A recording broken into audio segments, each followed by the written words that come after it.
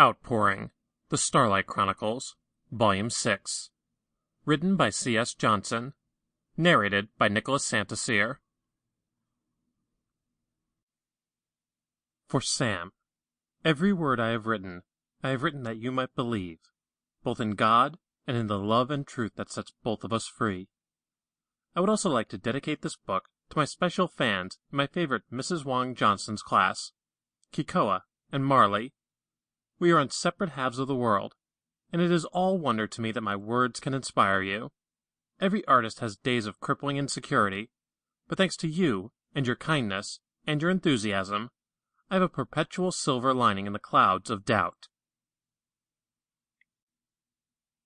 Chapter 1. Warmth and Wakefulness. It was not the usual matter of desperation that fueled me forward as I ran in the rain, heading toward my favorite coffee shop. Don't get me wrong, despite the early morning hours, I fully expected to be greeted with a steaming warm cup of coffee, one that was perfect for warding off the chill in the air. I knew I was going to need it to get through the day, and it was likely I was going to need the second or third cup I would leave with, too. But in recent months, coffee had become the secondary reason that I loved to stop in and sit for a while at Rachel's cafe. It was not a love easily dethroned, either. Coffee had been my true love, until I'd found my true love. I glanced up to see the soft light coming from the room on the second floor. She's awake. I pushed open the back door to the small cafe and headed up the stairs, as silently as possible, and then all of a sudden there I was, standing in the doorway to her room. The echo of the rain was slightly louder, as the newly renovated wall in her room still needed some work, but the soft glow of her desk lamp was on, casting a small shadow of relief against the thunderstorm outside. Rhea. She was sitting on her bed, her eyes glowing with wakefulness as she remained curled up in the warmth of her covers. "What are you doing here, Hamilton?" she asked, her voice bracing against the subtlety of the night.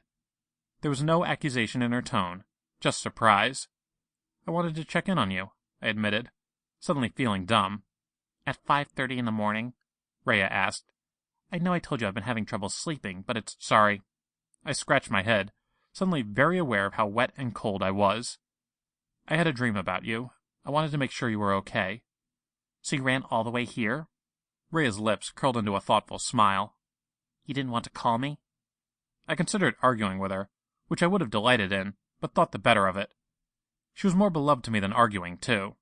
"No." "No?" "I wanted to see you."